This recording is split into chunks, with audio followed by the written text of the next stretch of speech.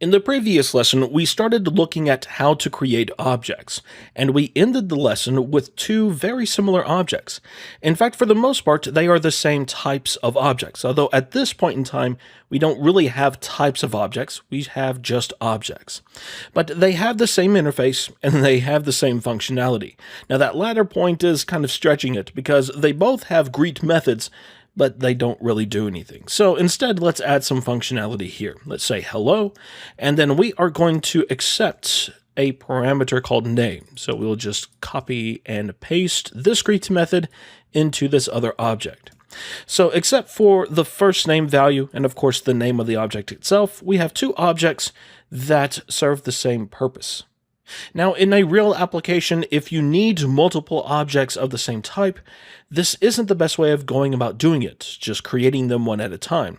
Of course, you want some way to mass produce objects, and there are several different creational patterns that do just that. In this lesson, we're going to look at what's called the factory pattern. We're going to write a function that creates the object and returns it.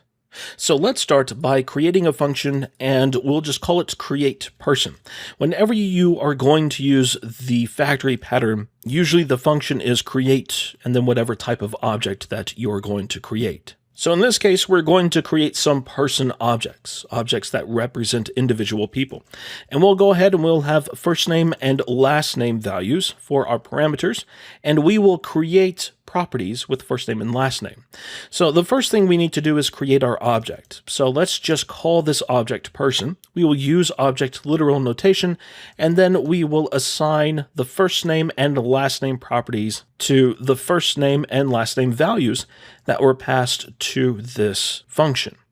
Now, if we were running in an ES6 environment or ES 2015, whatever you want to call it, we could use just the shorthand version where we just have first name and a last name. But support for ES6 still isn't fully there, so we're going to do everything the old school way. So we will have first name and assign that the value, last name and assign that the value. And then let's also create the greet method. So we are going to add that there. We have our name, and then we want to return hello, and then concatenate the name there. So we are essentially creating our person object, and then we are returning it. So we can get rid of all of this extra code, and we can just say create person, and our first person is going to be John, and his last name will be Doe. And then for obj2, we will have Joe Smith. So the first name is Joe, the last name is Smith. So we essentially get to do the same thing as we did before, but with considerably less code. Now, the factory pattern became very popular for creating JavaScript objects for a variety of reasons. The first is simplicity. You simply create your object and return it. And we could even simplify this further by just saying return and then our object. So simplicity is the first. The second is that we can start to take advantage of our function itself and use it as a closure so that we can kind of emulate privacy. Now, I say kind of because the privacy that we can emulate really isn't privacy, especially when you compare it against other object-oriented programming languages. But regardless, privacy is very important in object-oriented programming because it allows us to protect the vital pieces of an object. There are just some things we don't want people messing around with.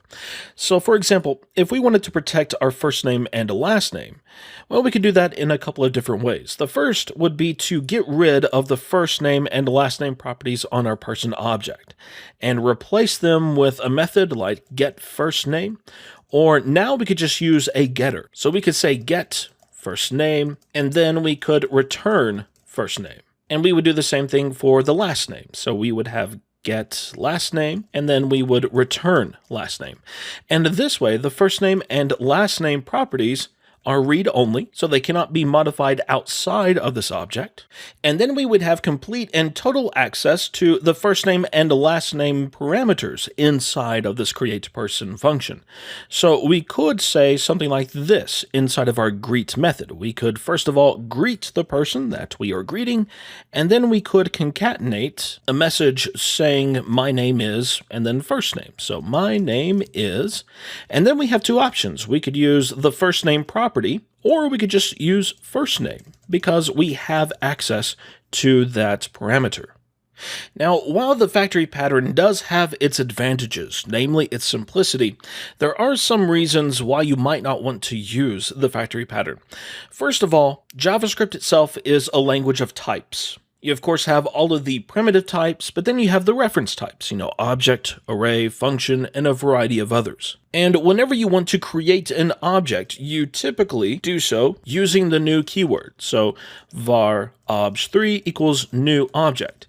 Now, I know that in the previous lesson, we got away from doing this, and instead we used literal notation. But behind the scenes, this is creating a new object by calling the constructor.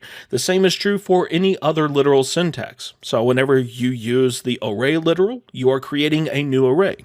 Whenever you define a function with a function literal, you are creating a function object by essentially calling new function. And so from that standpoint, you lose some of the functionality that's built into the language.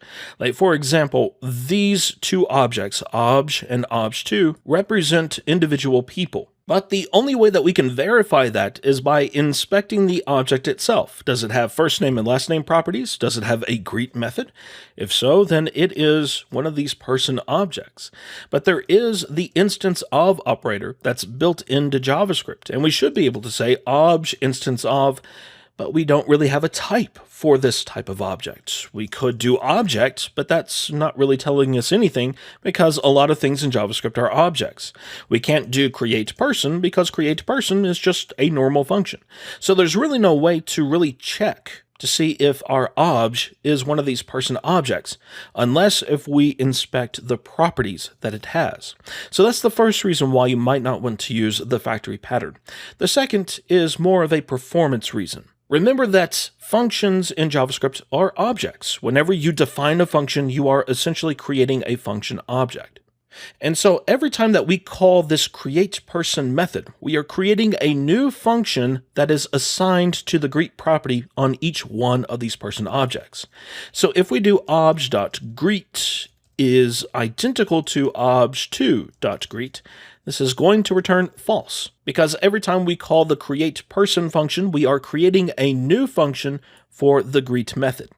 And that is a waste of computational time as well as a waste of memory. Now, admittedly, this particular function isn't going to consume a lot of memory, but also keep in mind that this is just one method. And if we strive for really simple methods on our objects, then we typically have a lot of methods. So if we have a large method, that's going to consume more memory. If we have a lot of smaller methods, those are going to consume more memory as well. Now, some people have said that we shouldn't really worry about memory, and yes, that's true on really powerful systems. On a desktop or a laptop, memory is very, very cheap. But we are in an age of mobile computing. We have supercomputers in our pockets, but they are also sharing their memory and their CPU time with all of the other applications that are running at that given time. So memory is still an issue, just not for certain devices. Now, the issues that I just mentioned for using the factory pattern can be solved by using another pattern, one where we define our own data type, and we will look at that in the next lesson.